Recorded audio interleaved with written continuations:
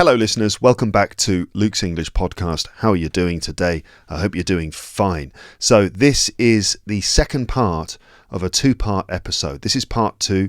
Part 1 of this was published last week. So if you haven't heard part 1 yet, I recommend that you go back and listen to that first. It will help to put everything in context and will help you to understand this episode a bit more. So listen to part 1 first if you haven't already done so. It's the previous episode of this podcast. So the title of this episode is 9 Science-Based Life Hacks to Improve Your English Learning Potential, Part 2. And basically what this is all about is 9 bits of advice, 9 tips, 9 hacks for your life, ways that you can change your behaviour, your habits, your mindset or your lifestyle every day to help you to be a better learner of English. Okay, it's not about specific study habits. I've done plenty of episodes about that kind of thing in the past. For example, episode 959 was called How to Learn English with this podcast, and that includes lots of advice on specific ways to improve, your skills and your use of different language systems in English. Check that episode out if you want to. But no, this one is all about just ways that you can change your behaviour and the way you think in order to become the best learner of English that you can be. And all of the things I'm saying here are backed up by scientific research. I'll be referring to different scientific studies that relate to the different things I'm talking about. I'm talking about cognitive and behavioural psychology and psycholinguistics, insights from those worlds that help us to understand the best way to make yourself ready to learn English really, really well. Now, this is not really rocket science. I mean, this is not super complicated stuff. Some of the things that I'm saying in the episode are actually, fairly obvious, really. But the point is, do you actually do things? And can you actually do these things, introduce these things into your life? Can you adopt the right habits to be a really great learner of English in 2026? In part 1, I dealt with the importance of staying hydrated, especially before you introduce caffeine into your system. And also I talked about the 1% rule, also known as the aggregation of marginal gains, and how Olympic cycling can help you to learn English, and also how washing your hands and having a really good pillow can make a huge difference. There's a PDF for this one in the description. Check it out. You can read a lot of the things you can read all my notes for the episode. You could use that to search for vocabulary or just to read later. A great way to reinforce what you learn just through listening. Also, check out the mini walk and talk section in this episode. At a certain point, you can join me as I walk around the corridors of my building here. That's very exciting. But anyway, let's start the episode now. I hope you find it useful. I really hope you enjoy it. So without any further ado, let's continue. 9 science-based life hacks to improve your English learning potential. And here we go. So let's move on to point 3. And this is simply this. Take a power nap, but keep it short. 10 to 20 minutes max. And you're thinking, thanks Luke, but my name isn't Max. Take a power nap, but keep it short. 10 to 20 minutes max. Now that just means 10 to 20 minutes maximum. I know maybe your name is Max. If that is the case, hello. Hi, Max. Take a power nap, okay? But keep it short. Just 10 to 20 minutes maximum, Max. Right, so here's the problem. Mental fatigue, tiredness, builds up during the day and affects focus and memory. The science is this. Short naps, so a nap, of course, is a short sleep, a siesta. Short naps, under 30 minutes, improve alertness. Your alertness is whether you are mentally awake or not and ready to respond to different stimuli. Alert. If you're not alert, you're like, eyes are half closed, and people are saying, Luke, Luke, what? So that's not alert. Alertness would be like, I'm sitting here like this, and someone says, Luke, yes. What is it? Even before they've finished saying that my name, I'm like, yes, how can I help you? God, he's very alert. Well, it's because he takes short naps and drinks water and, sleeps on that's why he's always got that pillow with him. He carries that pillow everywhere. Very good at cycling. So, short naps under 30 minutes improve alertness and memory without causing sleep inertia. Sleep inertia is that feeling of grogginess. That's like that kind of feeling of if you sleep for longer than 30 minutes, right? We've all been there. We all know this, right? This is true for everyone, all humans. We all have this experience. I think I'll take a nap. Yeah, a little nap. And you fall asleep on the sofa. 2 hours later, or an hour later, you wake up. Oh, where am I? What is this place? What is my name? What year is it? Who's the president? We've all experienced that. That's called sleep inertia, apparently, otherwise known as grogginess. Feeling groggy is the sort of normal, sort of common English word for it. Feeling, I slept for too long. I'm feeling so groggy. Oh dear. I need to wake up. Splash cold water in your face. That's the solution to everything. Drink a glass of water, splash cold water in your face. Because if you feel groggy.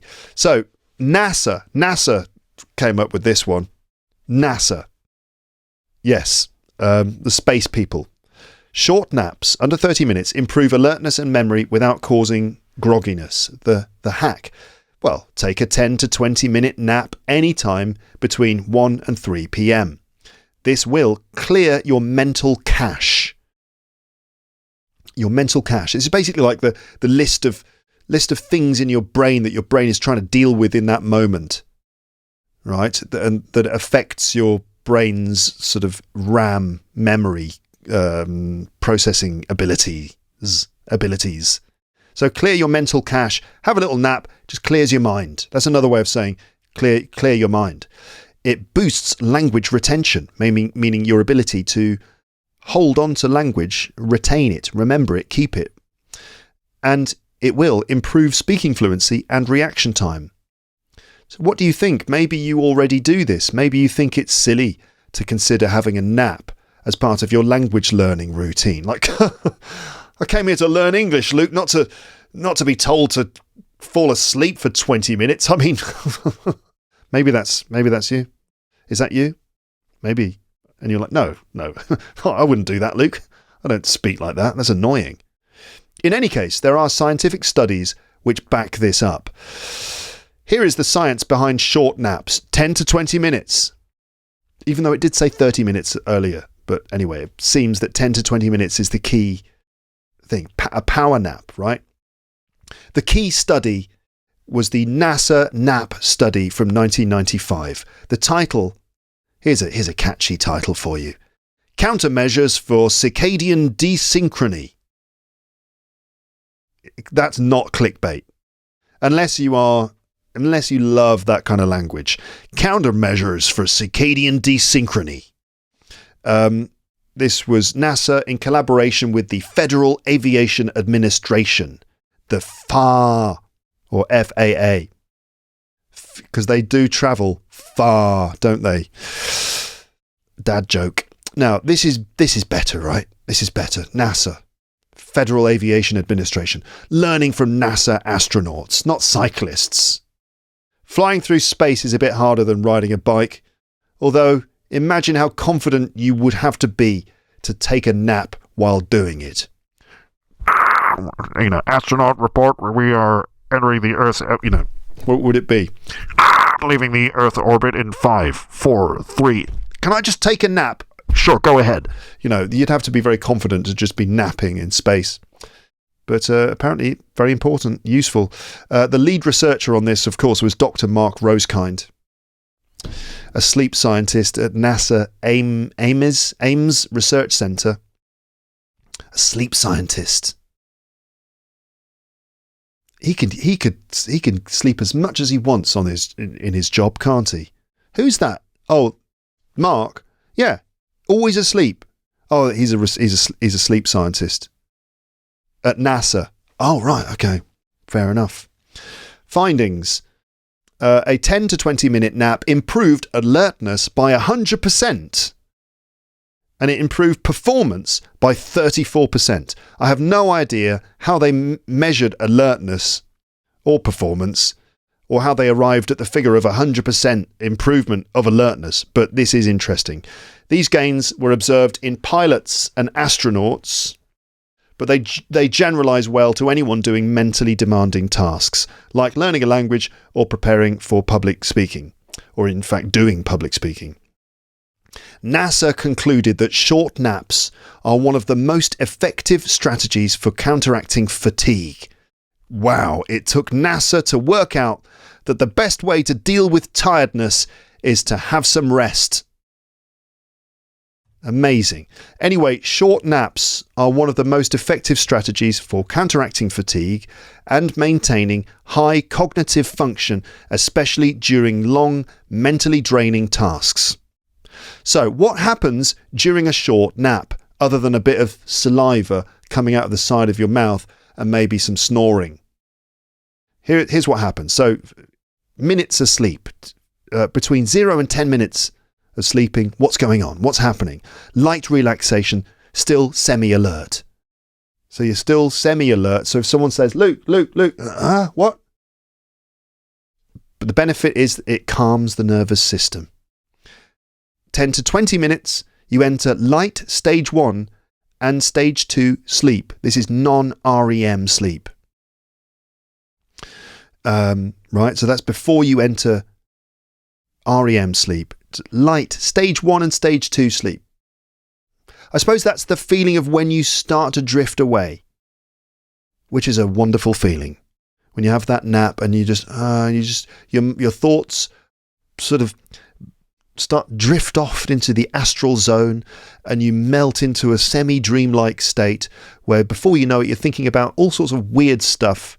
You're almost dreaming, but you could wake up quite quickly. Stage 1 and stage 2 sleep. This boosts alertness, memory, and focus without grogginess. Then, more than 30 minutes of sleep, you enter slow wave sleep. This is a deeper sleep, maybe where your breathing starts to slow down as well. Now here there is a risk of sleep and inertia, waking up groggy and disoriented. Disorientated. Is that a word? I think it is. Okay, let's ask oxfordlearnersdictionaries.com. We have disoriented and disorientated. Let's start with disorientated. Disorientated in British English. Disorientated in American English. But also, we do have disoriented. Obviously, this is very important that we check. According to Google Gemini, both disoriented and disorientated are correct and mean the same thing: to feel confused or to lose one's sense of direction. The primary difference is geography. Disoriented is the standard and preferred form in American English. This is why I knew something was funny. Something was up. It's like something's going on here. It's because it's American English. Disorientated is common and widely accepted in British English, even though even in the UK, disoriented is becoming increasingly popular because it's shorter. So there you go. So they're both fine. Disorientated is a bit more common in the UK, disoriented in American English, but everyone will understand either. But yes, for more than 30 minutes, you risk waking up groggy and disoriented, or disorientated, as I would say. And for more than 90 minutes, you enter the full sleep cycle, including REM sleep. This is useful for emotional processing and creativity, but not ideal midday unless you are sleep deprived or just have nothing better to do with your time. So why short naps work for learners when you're learning English, especially if you're doing mentally demanding tasks, listening, speaking, concentrating, just using English, or switching between languages, which obviously is very common, or feeling frustration or fatigue. Your prefrontal cortex, that's the part of the brain responsible for decision-making, planning and working memory, gets tired. A short nap gives it a mini reset. Here are benefits backed by science. You will get improved working memory, better retention of new words or phrases, sharper focus, increased attention for tasks like grammar exercises or conversation, reduced stress. Having a little nap helps reduce cortisol, which is a stress hormone, and it can support emotional regulation, basically maintaining your positivity and your emotional ebullience. Faster reaction times. It's useful in live conversations or comprehension tasks, or those moments when your teacher suddenly asks you a question in front of the whole class. You, Max! And Max is like, oh, sorry. Rubs his eyes. Yes, what is it, Luke? Because he only slept for 10 minutes. In my lesson, to be fair, but, that's all right, Max. I forgive you.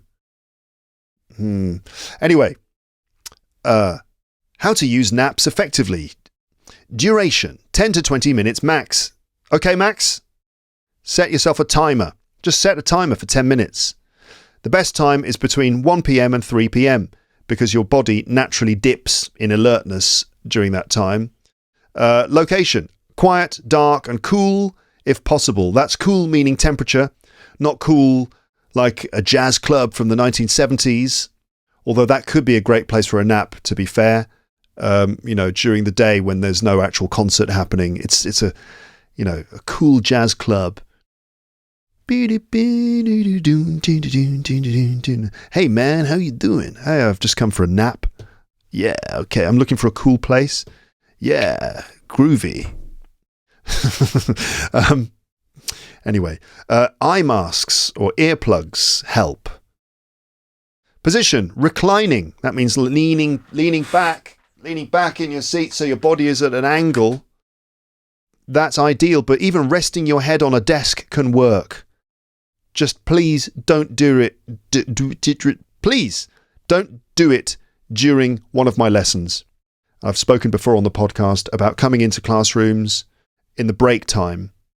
So having a break. Okay, everyone, 10-minute break. See you again in 10 minutes, all right? We go away for 10 minutes. I come back to the classroom and some of the students are there with their foreheads directly on the desk, leaning forwards, arms by the sides, foreheads directly on the desk. And I'm like, oh my God. Because for me, that looks like they've just given up all hope. Just bam, head on the desk. Looks kind of alarming to me. But in some cultures, that's just a normal way to have a little power nap. But during break time, please, not actually during the class. Thank you very much, Max. Okay. Additional research and commentary. Mednick et al. From 2002 showed that naps can be as effective as a full night's sleep for improving motor memory and visual learning. I doubt that, to be honest. I mean, seriously, a nap can be as effective as a full night's sleep? Well, I can't argue with the science, but still. Also, Brooks and Lack from 2006 found that 10-minute naps had the most immediate benefits, while longer naps had delayed or mixed effects due to, that's it, sleep inertia, grogginess. Harvard Health Publishing recommends naps for boosting alertness and performance, but cautions against napping too late in the day, which can disrupt nighttime sleep. I wonder how much time and energy they put into researching that. For learners of English specifically, imagine doing this. Study vocabulary for 25 minutes, then take a 15-minute nap. Then review or practice the same material. You will likely remember more, feel calmer, and be more articulate in your speaking or writing afterwards. I suppose this relies on you having an appropriate place to nap. Sometimes I'm desperate to nap myself, but I'm not really in an appropriate spot to do it. I have been known to nap for 10 minutes in the teacher's room, and people often comment on it because everyone's rushing around in the teacher's room preparing their lessons, and I'm just there in the chair with my eyes closed, maybe with a bit of saliva running. And what? In some cultures, public napping is more normal than others. I think I picked up the public napping thing from my time in Japan, because I will have a little nap on the train or on the bus without really feeling strange about it. Maybe I picked that up from my time in Japan. Did I ever tell you that I used to live in Japan? I did. I was asleep for I would say, about 50% of my time there. And that's just napping hours. Just constantly asleep, even during lessons. Luku. That's not how all Japanese people say my name, of course. Luke Sensei. Oh, what? That's not true, of course. I was very professional and fully conscious at all times when working. Right, let's move on to number 4. And this is take a 5-minute walk outside. And again, you're thinking to yourself, when is learning English actually part of this? Because as far as I can tell, like having a sleep, going for a walk, what were the other things? Having a glass of water. Sure, there was the 1% thing, fine. But all these other things that don't really involve actually learning English, Luke. Well, if you were listening carefully in my introduction, at the beginning of this whole thing, I did say that these are life hacks. If you want specific learning English tips and techniques, episode 959 is full of those things and countless other episodes in my archive. I say countless, I mean you could count them. But anyway, I've done that before. But this is all stuff that's designed to help put you in the right state of mind and body to be a tip-top learner of English. So point 4 is to take a 5-minute walk outside. The problem is this: long periods of sitting and studying indoors reduce blood flow to the brain, limit sensory input, and increase mental fatigue. Over time, this can lower motivation, impair memory, and make learning feel frustrating or joyless. You'll just be sitting there just, oh God, I'm learning English, but to be honest, the joy disappeared from this process 35 minutes ago. Oh, well, we'll just carry on, I suppose. No. Stop. Have a little walk outside. Walk round the block. The science behind this is this. A growing body of research shows that brief, low-intensity walking, especially in natural environments, has profound effects on cognitive function and emotional well-being. The cognitive benefits of this: improved working memory and focus. A Stanford study, Opezzo and Schwartz from 2014, found that participants who walked, even on a treadmill, that's one of those walking machines, that's not a machine that can walk, but I mean a machine that allows you to walk indoors. I mean, we can walk indoors anyway, but you know what I mean. It's a treadmill, walking machine. Participants who walked, even on a treadmill indoors, showed a 60% increase in creative output compared to those who sat. The effect lasted even after they sat back down, showing that walking temporarily boosts divergent thinking and problem solving. Divergent thinking, this is where you find new ways of thinking about something. Increased blood flow to the brain. Oh, just that lovely warm blood flow to the brain. Walking increases cerebral blood circulation, delivering more oxygen and glucose to the brain. Yum, yum, yum, yum, yum. Bit of glucose in the brain there. This improves alertness, reaction time, and concentration. If there was some way to combine this walking with the previous point, napping, then that would be good. You'd be able to walk around your neighbourhood and have a nap while you do it, potentially leveraging maximum compound cerebral gains in the process. Just a thought. Maybe something for the tech bros to invent. Sleepwalking. Sleepwalking, there you go. Sleepwalking. A study, Ainsley et al. From 2008, showed that walking leads to measurable improvements in middle cerebral artery blood flow velocity. Another catchy sentence. Better encoding and recall of new information. Obviously very important for language learners. A 2017 study in Proceedings of the National Academy of Sciences showed that physical movement enhances hippocampal activity. We know about the hippocampus, right? This is where the hippos go to university. In your brain. Yes, Physical movement enhances hippocampal activity, a brain region crucial for forming new memories, especially verbal and spatial ones. Learn English on your feet? Why not learn English on your feet today? Listen to Luke's English podcast when you are out and about having a little walk. Emotional and psychological benefits, stress reduction and mood boosting. Walking outdoors, especially in green spaces, reduces cortisol levels and promotes the release of dopamine and serotonin. Oh, lovely. Neurochemicals related to pleasure and motivation. Oh, yum, yum, yum, yum, yum, yum, yum. A lovely cocktail of dopamine, serotonin, glucose and oxygen. That's based on a study by Berman et al. From 2012. Walks in nature improve mood and reduce rumination, which is a common feature of anxiety and overthinking. That's where you just sit there thinking and not actually doing anything. Maybe worrying, stressing, rumination, sitting like the thinker in that sculpture, Rodin sculpture, The Thinker. He's sitting there with his chin on his fist, just ruminating. Oh, God. What's the matter? I don't know. I just can't seem to get anything done today. Well, did you drink coffee first thing? Well, yeah, of course I did. I always do. What's it to you? Who are you anyway? Sorry, I've just been listening to a podcast. And never mind. I'll let you get back to your ruminating. Yes. Breaks... A little walk breaks negative thought loops. Even a short walk interrupts mental spirals. Spiral is where you go round and down, round and down.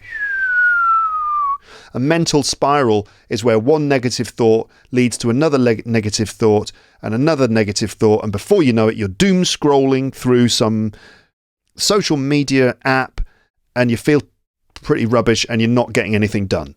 A mental spiral. Even a short walk interrupts mental spirals or repetitive thoughts, helping learners come back to study with a calmer and clearer head. Here's a bonus. Nature adds extra power. Nature power. The power of nature.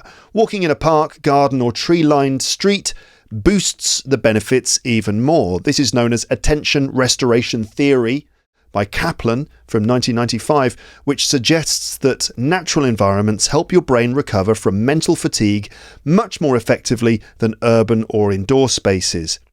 Practical tips for you. Do this between study blocks. Use walking as a mental reset between language input and output. For example, after studying grammar, take a little walk and then actually try and activate your grammar through speaking. Take English with you. Listen to a podcast. Describe what you see aloud or repeat vocabulary as you walk. So while walking, try and do some English practice at the same time. Listening, talking, sort of trying to remember vocab, thinking in your head in English.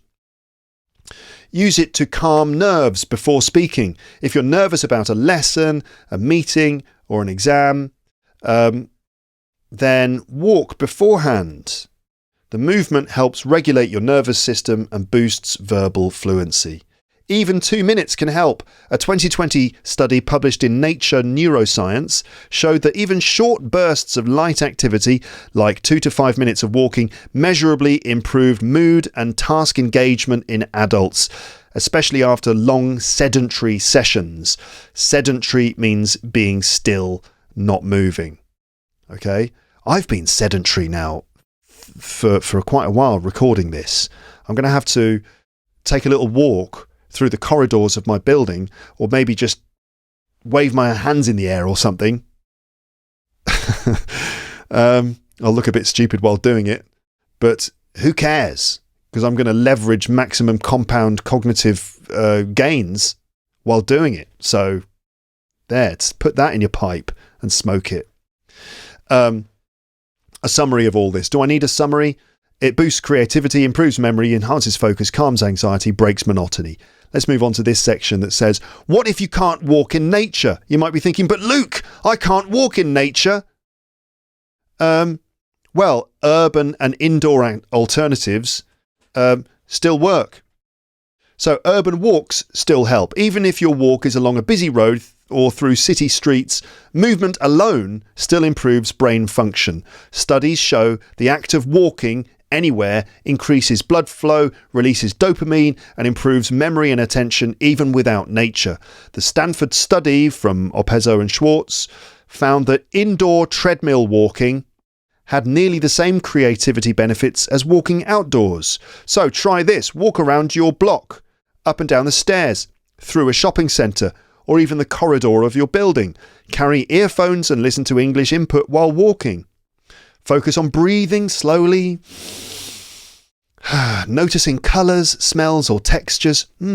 Lovely dirty brown colour of the floor. That's certainly very dirty and brown. Or, you could say, oh, look, that car is very red, isn't it? That is a very red car. That car is very red. Right? Smells. As you walk through the streets of your city. What is that smell? Oh, what's that? Oh, that's disgusting. Right, keep walking, keep walking. Oh, that's smell of air pollution. Lovely. But being mindful can actually activate your sensory attention system. Look at that lovely tree that I can see the leaves starting to emerge. Spring is nearly here, you might think. Or you might look out upon a wintry scene in your town and go, isn't it wintry? Isn't it cold? Isn't it bleak? There's a certain beauty to that, isn't there? You can get all profound and pretentious if you want. While you have your walk. Also, use visual nature. If you can't go to nature, bring it to you. Just get yourself a plant and just sit with a house plant right in your face for a good 20 minutes. I'm joking. You can look at pictures of nature or videos of nature. Research says even looking at images or videos of nature has calming and restorative effects. In a 2015 study, Bratman et al.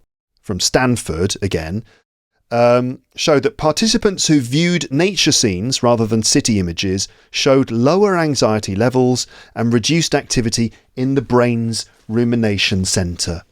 Let me just bring my plant.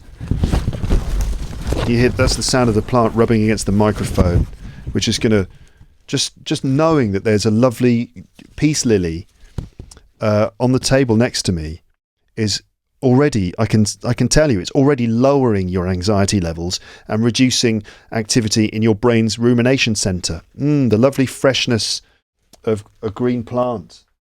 I'll just put that I'll just put that beside me here.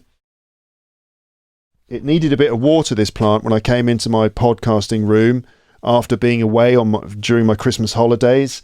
The plant needed a bit of water. I've given it water. It's coming back to life nicely. Try this. Play a YouTube video of a forest or a beach walk on your screens as you stretch or pace. That means walk up and down indoors. Use a nature-themed screensaver or phone background. Look out of the window. There's an idea. What an innovative idea. Look out of the window. And if there's any greenery, enjoy it. Or even look up at the sky. Today I've got a beautiful blue sky here that I can see out of the window. But even on a cloudy day, I think there's still some enjoyment in observing the forms of nature. And it's apparently very restorative and good for us. Indoor walking or pacing. Again, pacing, that means walking fairly quickly up and down, like if you're Sherlock Holmes trying to solve a problem. Even walking around your apartment or pacing back and forth counts because you're still engaging your motor system, right? That's the cognitive, neurological and muscular skeletal system involved in moving. You're also still activating your brain's hippocampus, which is linked to memory and learning. You're breaking up sedentary time, which improves alertness. And make it productive. Shadow short English phrases while pacing. So just sort of repeat some phrases out loud while walking.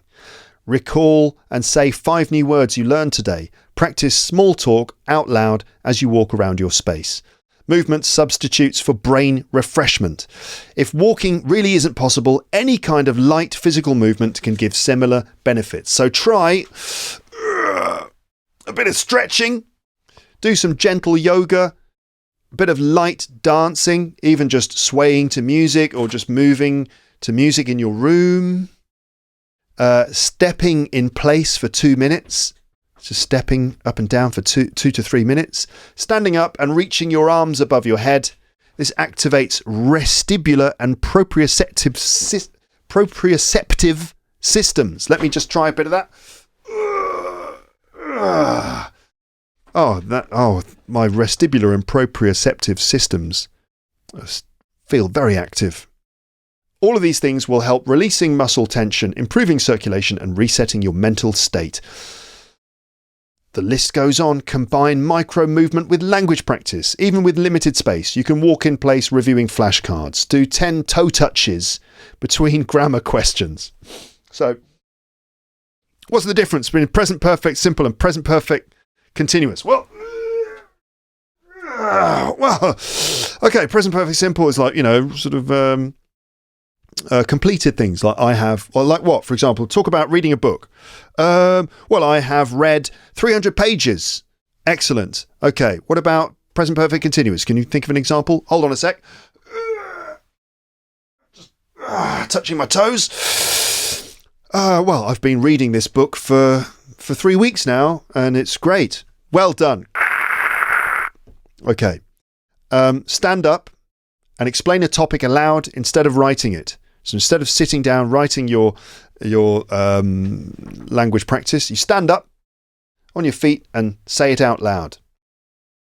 This blends physical and mental activity, which is great for retention, confidence, and energy. The bottom line is this. You don't need a forest. You don't need 10,000 steps. You just need to move a little, reset your brain, and re-engage your senses. Even if you're walking a small circle indoors, like some sort of caged tiger. Look at a tree from a window. Just gaze at a tree out of a window for a while. Pace with a podcast in your ear. Even if you do just those things, you're still activating the same cognitive and emotional systems that support English learning. Just a thought for you. Presumably, this also works for cycling. Yes, here we go again. Cycling. Just imagine the gains you could make by taking a nap with a really great pillow and then washing your hands like a surgeon and going for a refreshing bike ride while drinking a glass of water. You won't actually need to study English at all with that routine. It would just all happen. I'm kidding, right? As I said earlier, these aren't specific study tips. Listen to episode 959 for that. But anyway, little lifestyle hacks. It's good, isn't it? Yes. Right. Number 5. I love this one. And it is splash cold water on your face. Just splash some cold water on your face. This is basically the solution to any problem, I think. That and just having a cup of tea. It's like, what's the matter? Lost your job? Splash some cold water on your face. Got a job interview coming up? Don't worry. Splash some cold water on your face. Didn't get the job? It's okay. Splash some more cold water on your face. It's going to be all right. Have you got a permanently cold and wet face? Don't worry. Simply splash some more cold water on your face and have a cup of tea. Everything will be fine. Okay, I'm just kidding. Let's try to take this seriously. Actually, no, let's not try to take this seriously. I don't know. What do you think? You're thinking, Luke, I would prefer it if you just took this completely seriously all the time. Or are you thinking, no, I think these moments of levity help to make this an enjoyable experience, Luke. Yes, I don't know your mind. Anyway, the problem. What's the problem? What is the problem? Well, the problem is this. Stress and panic before speaking freeze your brain.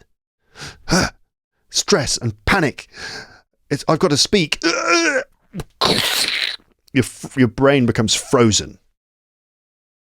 Yes, it's as if Mr. Freeze from the movie Batman and Robin, played by Arnold Schwarzenegger himself, Mr. Freeze has come into your brain and he says, "Ice to see you." Yes, another Arnold Schwarzenegger impression, back by popular demand. Eyes to see you. What else did he say in that film? What were some of the lines he said in that film as well?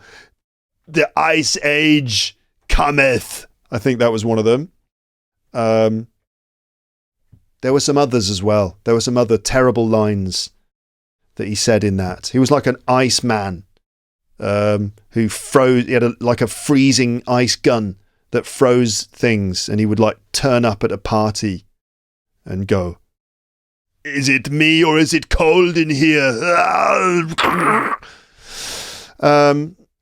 Yes, the science. Cold exposure activates the diving reflex, which slows your heart rate and calms the nervous system. That was by Panton, not one of those Italian cakes, but Panettone from 2013. So the hack is this: splash cold water on your face for a few seconds before a stressful moment. For example, a conversation, exam, or interview. Okay, sure, you will have a wet face, but it's quick, natural, and instantly resets your nervous system. That is quite a big claim, isn't it? Just, it instantly resets your nervous system. Really? Just, it resets the whole nervous system? Anyway, here's some more details. The diving reflex. This is actually pretty fascinating.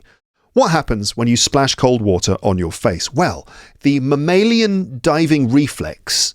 So mammalian is an adjective relating to the word mammal. A mammal is a type of animal, right? Humans are mammals.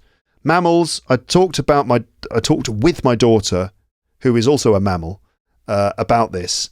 We talked about mammals, reptiles, amphibians, insects, birds. These are different types of animal. Mammals usually suckle their children with milk. Female mammals produce milk. Mammals don't lay eggs. What are the other characteristic features of a mammal? I think that's probably it. Anyway, mammalian is relating to the word mammal. So it's mammals are types of animals. So the mammalian diving reflex, sometimes called the dive response, is a natural oxygen-conserving survival mechanism triggered by cold water contacting the face, especially around the eyes, nose, and forehead. This reflex is most pronounced in aquatic mammals, like seals and whales, but humans still retain a strong version of it. Okay, this makes sense now. So what happens physiologically? When cold water, that's below about 21 degrees centigrade, touches your face, here's what happens. First of all, trigeminal nerve activation. And I'm assuming that's pronounced trigeminal, or is it trigeminal? I'm saying trigeminal. Trigeminal nerve activation. Is that correct? Okay, I was right to check this. It's not trigeminal, it's trigeminal. Of course, that G is pronounced with a Y sound. Trigeminal nerve activation. Okay, so just next time you need to talk about trigeminal nerve activation, it's pronounced trigeminal. Okay, so trigeminal nerve activation. Cold receptors in the skin, particularly around the forehead and nose, stimulates the trigeminal nerve, one of the major cranial nerves, head nerves. This sends a powerful signal to the brain stem that your body is entering a survival mode and must conserve oxygen. So cold water touches the trigeminal nerve and the trigeminal nerve goes, "Quick! Conserve oxygen!" to the brain. And the brain goes, "Right, okay, roger that, got it." Slowing of the heart rate. Bradycardia. Bradycardia. The brain responds by reducing heart rate, sometimes by 10 to 25%, to preserve energy and oxygen for vital organs. So the trigeminal nerve goes, "Quick, conserve oxygen!" And the brain goes, "Right, heart. No, it's okay, don't panic. Slow down a bit. Just chill out. 10 to 25%. Okay? This calming effect is immediate and measurable. The heart goes, "Okay, man, I got this. Let's just take it easy." And then everyone gets calm immediately and measurably. Peripheral vasoconstriction. blood vessels, that's the vaso, it relates to blood vessels. Blood vessels in the limbs, that's your arms and legs, constrict, redirecting blood to the brain and heart. This maintains blood pressure and protects the brain's function during moments of stress. Fourth, there is a shift from sympathetic to parasympathetic dominance. The sympathetic nervous system, which is relating to the fight or flight mechanism, is dialed down. So it's like, it's all right, no need to fight, no need to flight, take it easy.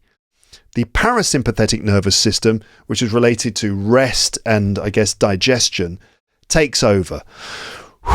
Slowing breathing, calming your thoughts, and restoring a feeling of control. It's everything. It's all right. We've got this. Everything's under control. So basically, bring a bowl of cold water to your IELTS speaking exam.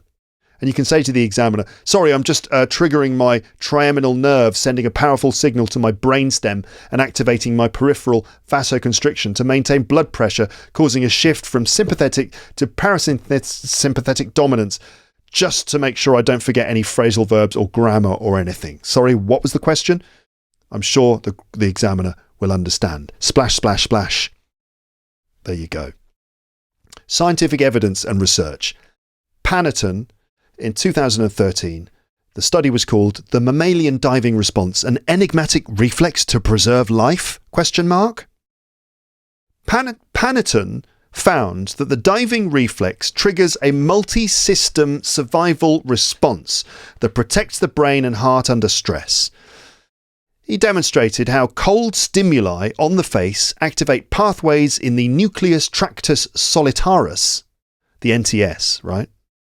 A part of the brainstem that regulates heart rate, breathing, and blood pressure. This reflex, he said, largely overlooked, provides an effective autonomic shift that can be therapeutically harnessed to reduce anxiety, panic, and even cardiac arrhythmias. And everyone said, sorry, Panetton, could you repeat that? And he goes, okay.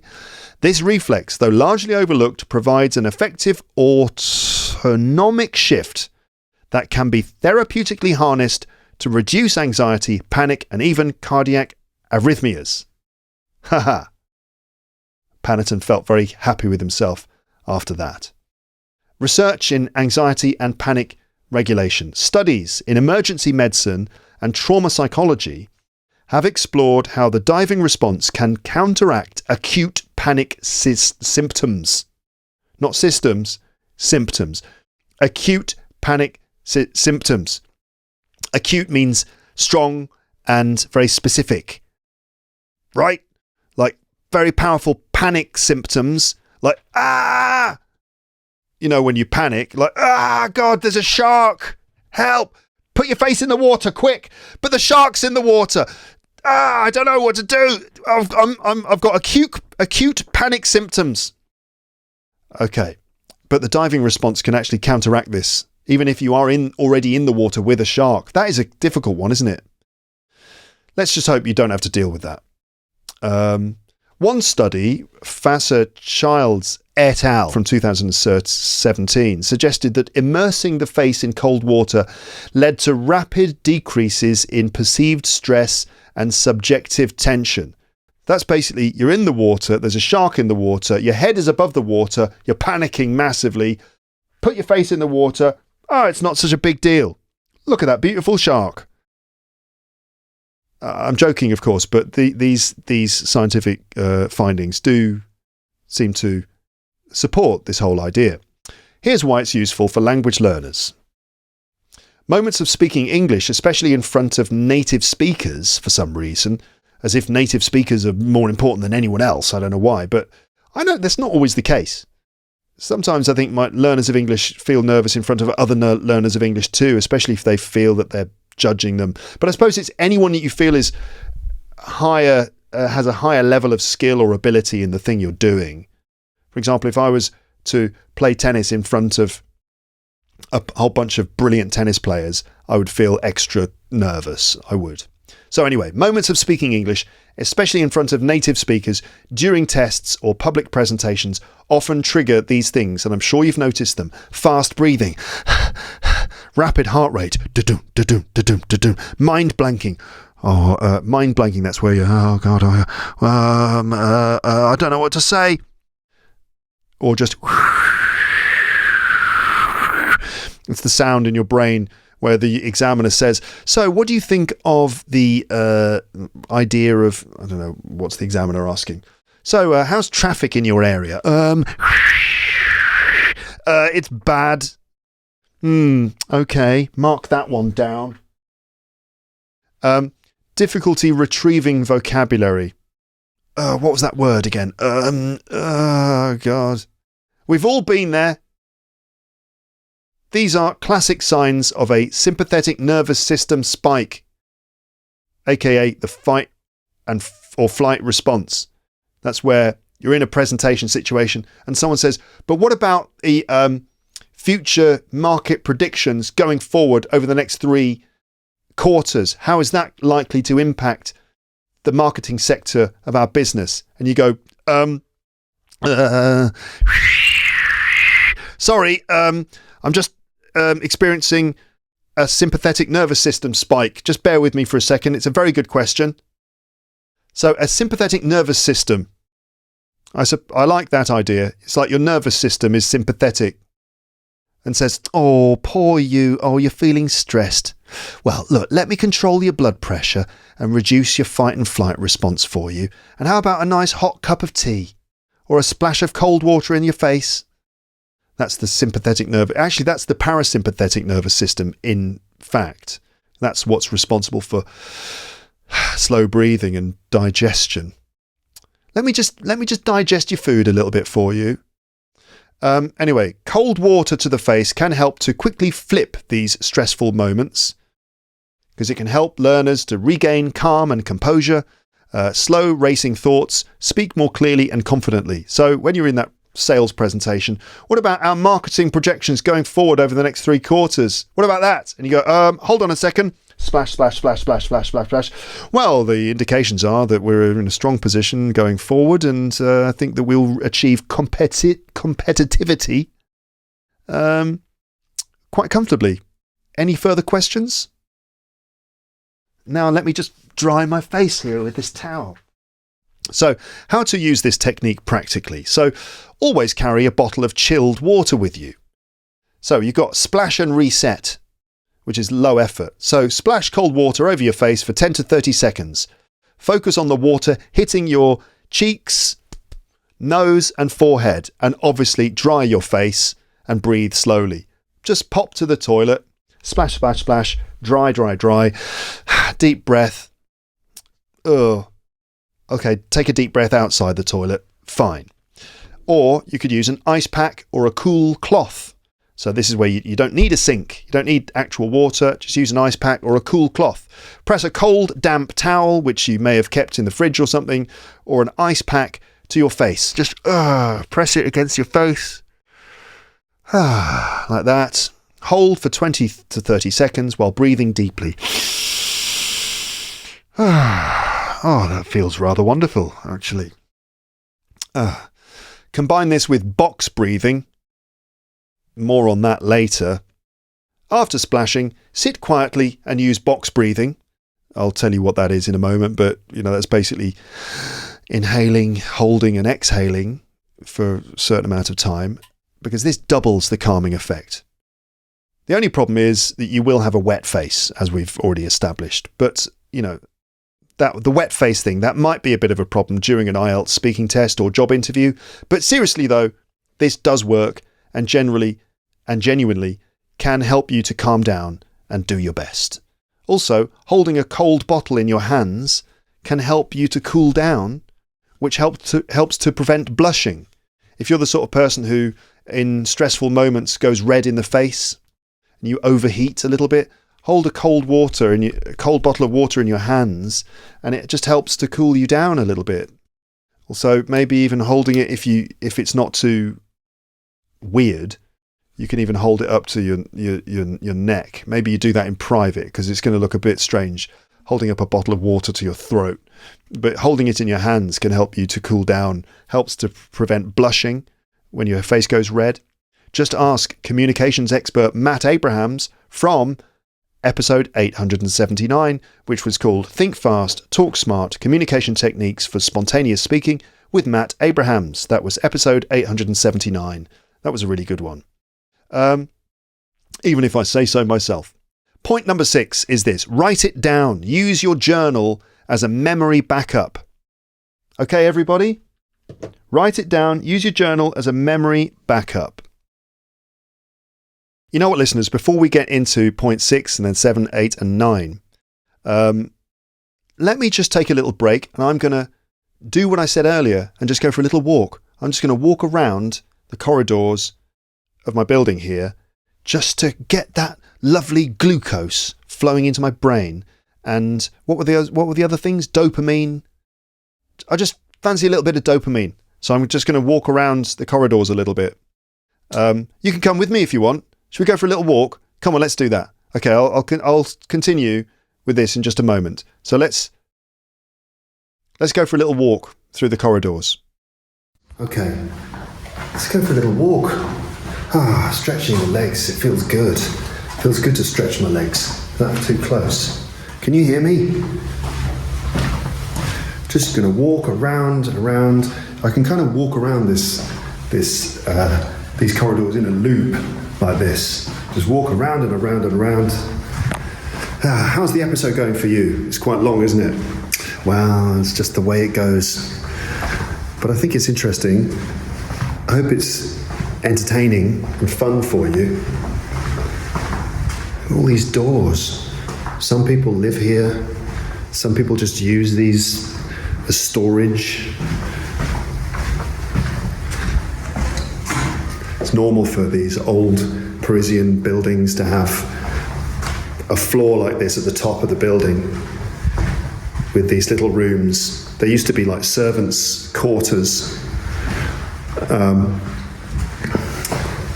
But these days, as I said, used for storage, or maybe like students sometimes stay in these little rooms, or someone like me uses them as a podcasting room. Don't know anyone else who does podcasts in this building. It is good, you know.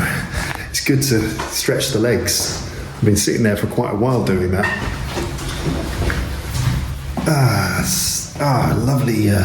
Lovely bit of dopamine.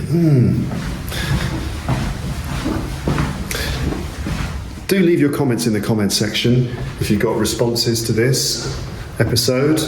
I'm curious to know what you think. I've got a funny feeling that my voice is not going to be very clear in this little section because of the microphone and the echoey nature of this place. But there you go. That was a nice little walk. And I think that we can carry on now as I go back into my room. Here we go. Okay, I'm back now. That was a nice little walk. I feel like my nervous system has been completely reset and I'm ready to continue with all my faculties optimized. So, point 6 then is this. Write it down. Use your journal as a memory backup. A journal, writing a diary. Write things down in a diary and do it by hand. So, here is the problem. Our working memory is limited. Trying to remember everything creates cognitive overload, which is basically like when you feel like your brain is a room in the top of your house, like your loft, and you've put too many things in there, and eventually you can't, it just overloads and stuff starts falling out. Or like a cupboard in your bedroom, and you keep stuffing clothes in there and towels and sheets, and then the doors won't close and then everything falls out. Cognitive overload. So the science here is this. Writing information by hand improves recall and deep learning. And that's Mueller and Oppenheimer from 2014. The hack is this. Keep a language and life journal, or write a diary. Use it to record new vocabulary, reflect on your progress, express how you feel in English or your native language. Express how you feel. Express how you feel in English. I think not in your native language, right, if we're trying to learn English. Record and use new bits of English you have learned or noticed. Yeah, so writing by hand, why it supercharges your memory. The problem is, typing notes or passively reading often leads to shallow learning. Many learners copy things mechanically, but forget them quickly. They also skip reflection and rarely engage with new language deeply enough to make it stick. Technology allows us to do this more and more easily. Copy, paste, copy this from this to this, get ChatGPT to just generate a bunch of like vocab prompts or examples and things.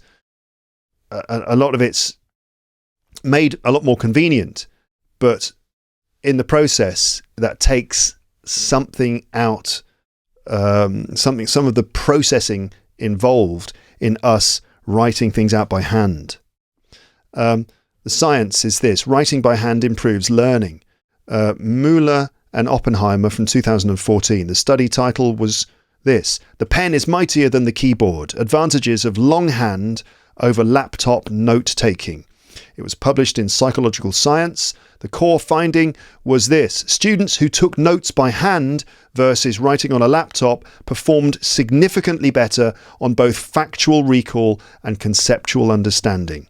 Handwriting forces you to process and reframe the information in your own words, not just transcribe it. Taking notes by hand requires different types of cognitive processing, and these different processes lead to better learning. That's a quote from the study. Why handwriting works so well. Here are the neurological reasons. It engages more of the brain. Handwriting activates visual, motor and cognitive areas of the brain, including the sensorimotor cortex, prefrontal cortex and language centers. This multisensory engagement strengthens memory encoding and retrieval. I suppose this is something to do with the fact that, there is a lot more precise and specific movement and control involved in writing, the handwriting. And as we know, engaging more parts of the brain in a task helps to sort of helps things to stay in our minds more effectively and allows us to retrieve those things again more effectively. It's all about increasing the number of neurological connections involved in a piece of information or a task. The study is this: James and Engelhardt from 2012 found that children who learned letters by handwriting showed greater brain activation in reading-related areas than those who learned by typing. So reading-related areas were activated more when children learned letters by handwriting. It promotes deeper processing. You can type verbatim, meaning type everything exactly as it's, you can type it out just word for word, but you can't handwrite everything at the same speed.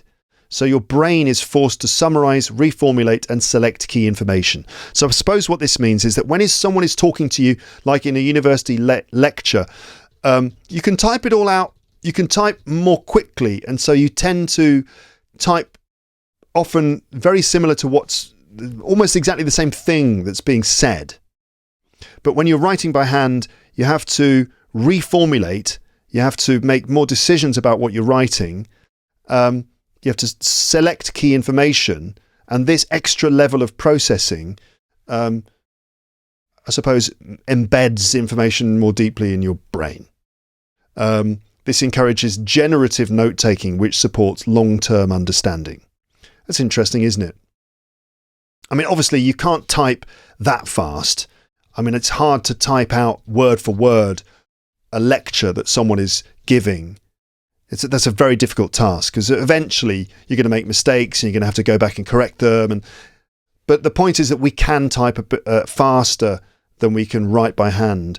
And so writing by hand, taking notes on what someone is saying by hand forces us to do these other things: summarize, reformulate, select key information. It increases focus and reduces distraction. Laptops and phones are multitasking traps for obvious reasons. You're on your laptop, you're on your phone, there's all sorts of other bits of information coming at you that will distract you from what you're doing, right? I mean, even now, podcasting with my laptop, I get little notifications popping up on the screen. I should put my computer onto sleep mode or whatever it is. Do not disturb. I should do that to cancel out the notifications. But I actually do want to be able to get notifications, just in case my wife needs to call me or something. But these things pop out and pop up when I'm using my computer, whereas if I've just got a piece of paper and I'm writing, there are fewer distractions. So handwriting is single-tasked and it's tactile. Tactile meaning that it involves touching and moving. You will probably stay more engaged and less tempted to skim, switch or scroll onto other platforms. Practical tips for learners of English. Even a few minutes a day of handwriting can yield real benefits. Here's how to apply it. So keep a learning diary. I've said it before, I've said it again. Keep a learning diary, or just write some lines in a diary in English every day. It could be a learning diary. Write one short paragraph a day about what you learned, how you felt, or what confused you. Use new grammar and vocabulary even if it's imperfect. For example, today I learned the word overwhelmed. I felt a little bit overwhelmed when I spoke to the teacher, but I survived. Secondly, you could write vocabulary in context. Don't just write lists, write full sentences or examples with each new word. For example, to stumble. I stumbled when I tried to explain my idea in English, but the teacher understood. As I was walking along the road, I stumbled on a stone. Rewrite sentences from memory. Read a short passage from a book, magazine or something. Let's say a book. Read a short passage from a book, close the book and try to write it again from memory.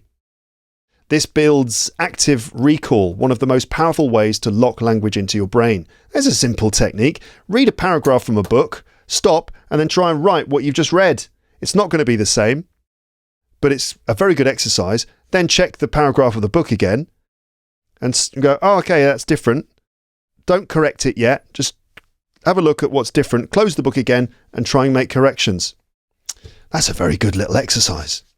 And you do it with a pen. Number 4, use pen and paper flashcards.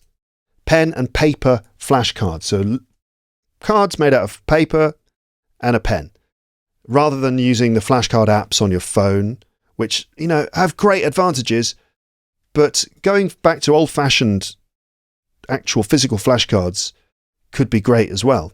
The physical act of flipping cards and handwriting your answers versus tapping on a phone or keyboard improves spatial memory and kinesthetic reinforcement. Use the lateness system, which is spaced repetition, for extra power. I've talked about spaced repetition before. This is basically where you get, if you're using paper flashcards, you got like a clue, a prompt on one side, and then the target vocabulary in a sentence on the other side. And you look at your clue, and if you can remember it, if you manage to remember it and use it well, you put it into the OK pile. And if you can't, you put it into the, let's say, to learn pile. And then you kind of do it again, but you prioritize the ones that you need to learn. So you do them again first, and then later you do the ones that you got right. So you leave more time before you do the ones in the OK pile. This spaced repetition is an important and proven principle in learning vocabulary. That's spaced repetition. Also, write mind maps or word webs. For grammar, vocabulary sets or idioms, draw them out. Draw out use more than just sentences. Find ways of linking words with lines or creating little mind maps or webs. Linking words visually helps the brain store them in clusters, which improves retrieval speed during speaking. So mind maps, in a way, sort of replicate the way that words are connected in our brains. If you kind of write a word or phrase and then a little line, so you have the word get in the middle, or check in the middle, and you say keep check on or check up on someone, keep something in check, and you write out a diagram with different phrases all connected to each other in various ways. Okay, so there you go. That is point 6, writing things down by hand. Let's move on to point 7, which is box breathing. Regain calm and control. Box breathing. Yes. This is basically the old classic bit of advice, which is don't forget to breathe. Okay. Which could go in the same category of obvious advice, such as don't have an accident and just be yourself, which is sort of advice that it seems so obvious. Oh, I'm a bit worried about this. Oh, just be yourself. Well, I can't exactly be anyone else. In fact, just be yourself. That's the problem. It's not what you should say to an actor. Oh, I've got a very big acting job coming up, theatre role. I've got to perform on stage as an actor. Oh, I'm really nervous. Don't worry, just be yourself. Well, no, you're missing the point. Anyway, don't forget to breathe. There really is a bit more to it than that. The problem is this: panic causes fast, shallow breathing, and your brain shuts down non-essential functions like language. Yes, apparently language is non-essential. The science behind this is this: controlled breathing activates the parasympathetic nervous system, there it is again, reducing stress and improving cognitive performance. Controlled breathing activates the parasympathetic nervous system, which is the nervous system which is actually sympathetic. That's the one that goes, it's all right. Oh, I understand you're having a bit of a difficult time, aren't you? That's all right. Look, here's a bit of cold water. Splash that into your face. There's a nice warm towel. How about a cup of tea? Don't worry. Just breathe. That's the parasympathetic nervous system, which obviously reduces stress and improves cognitive performance. This is used by Navy SEALs and first responders. Navy SEALs. Yes. If Navy SEALs do it, it must be brilliant, right? Because Navy SEALs are really good at breathing. In fact, maybe they are the best, or even the best of the best at breathing and killing. Killing and breathing. This is what Navy SEALs know about. Let's just focus on the breathing, shall we? Yeah, I think so. So the hack is this: try box breathing. Inhale for 4 seconds, hold for 4 seconds, exhale for 4 seconds, hold for 4 seconds. Repeat it for 1 to 3 minutes. Okay, let's just try that. We're going to do that on the podcast. Okay. Inhale for 4 seconds. Hold for 4 seconds. Exhale for 4 seconds.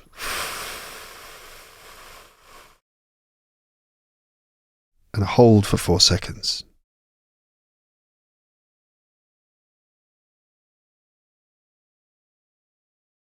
I'm not going to keep doing that on the podcast because you don't really just want to listen to me breathing.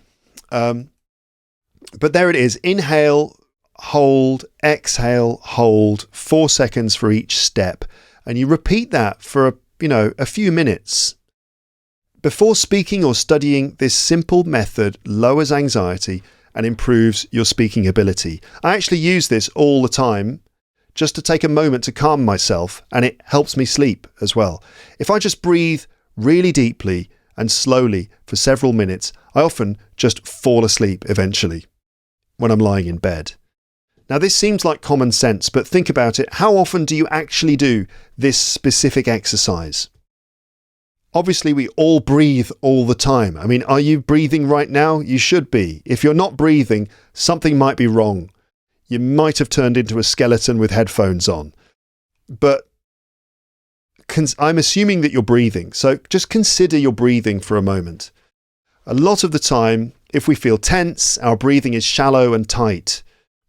So it's worth being mindful of that and doing some box breathing to help you stay calm. Okay, just breathe, inhale 4 seconds, the process. I started doing it recently and have found it helps quite a lot. If I can't sleep at night, I've just said this, and my thoughts are racing, I do exactly this over and over and over, and it often results in me drifting off to sleep. It is surprisingly effective. You just have to keep doing it, because the thing is that when you're in that state, often your mind wanders to something else, and quite quickly you've stopped your breathing exercise and you find yourself thinking or worrying about something else. But if you just, it's quite a meditative thing, just keep that breathing going in that same pattern. It might be difficult at first because you feel like, I can't hold my breath for 4 seconds. It might feel difficult at first, but if you keep it up, slowly but surely, it really does help you to calm down. Also, in other stressful moments, like before a class or stand-up comedy, or if I'm trapped in a train full of snakes or something like that, box breathing can definitely help. You should try it. Sometimes I wonder if people who smoke cigarettes say that they feel relaxed when they smoke because they take a little break from what they're doing and basically just breathe for a while. Maybe that's a really stupid theory, because I know it's really unhealthy breathing. But they do just stand there and breathe. Like people take a break from work. They go and stand outside and essentially just stand there and just sort of do some breathing. I know they're inhaling all sorts of, a cocktail of toxic substances in the smoke. But think of box breathing like smoking an imaginary but very healthy cigarette. It's just an idea. There's one for stressed out ex-smokers. Just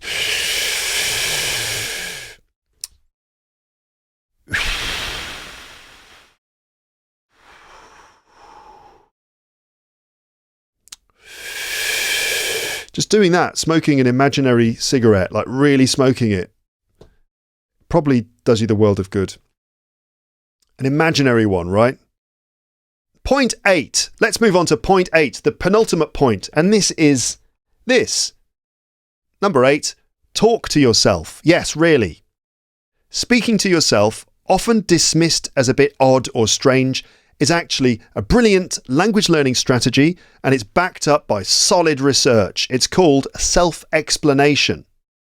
Here's the problem. No speaking partner, no practice. Solution is try speaking to yourself. I'll explain how in a moment. The science is this, that self-explanation improves cognitive flexibility and language acquisition. And that's from a study by Chi in 2000. Speaking to yourself, why it works for language learning. What is self-explanation? Self-explanation is the process of explaining things aloud to yourself while you're learning or practicing a skill. It's like narrating your thoughts, actions, or what you're trying to understand. In this case, in English. So the science, Chi 2000 and beyond. Chi, I think the study was called Self-Explaining the Dual Processes of Generating Inferences and Repairing Mental Models. Another catchy title. This research found that students who explained things to themselves while learning retained more information and understood it more deeply. It worked even if no one was listening. The act of explaining helped them process the information more actively. Chi said, self-explanation, Chi said this presumably to himself or herself. Self-explanation, can you repeat this after me or with me? Self-explanation prompts learners to integrate new information with what they already know, leading to better understanding.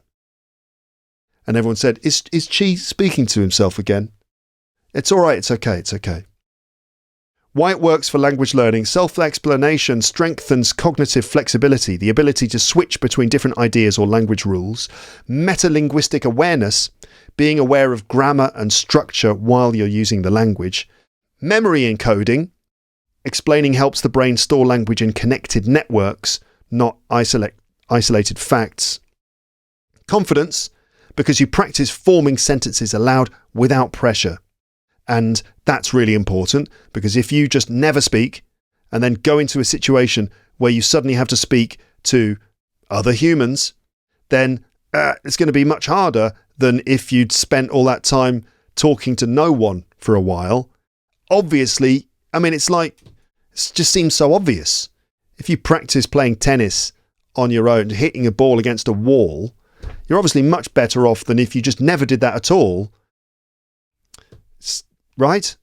It's just a question of actually doing it. This is the thing. I mean, I can talk about all these things until the cows come home. It's an old idiom. It means for a long time. I can talk about this until I'm blue in the mouth. There's another one. But the point is, will you actually do any of these things?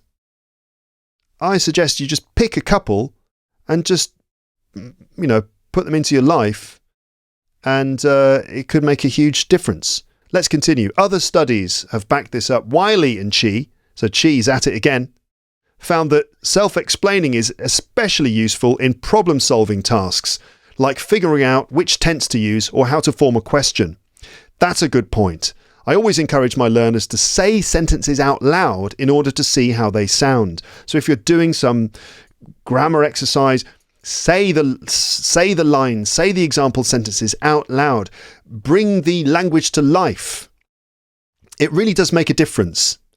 Examples of self-explanation in practice. Here's what it might sound like when a learner uses self-explanation in English. So here is a learner talking to themselves. Wait a minute, so do I use since or for? Since is for a specific point in time, like since Monday, right? So it's, I've been listening to this episode since Monday. Correct. Because it's not, I've been listening to this episode since three hours. No, for 3 hours. I've been listening to this episode for 3 hours.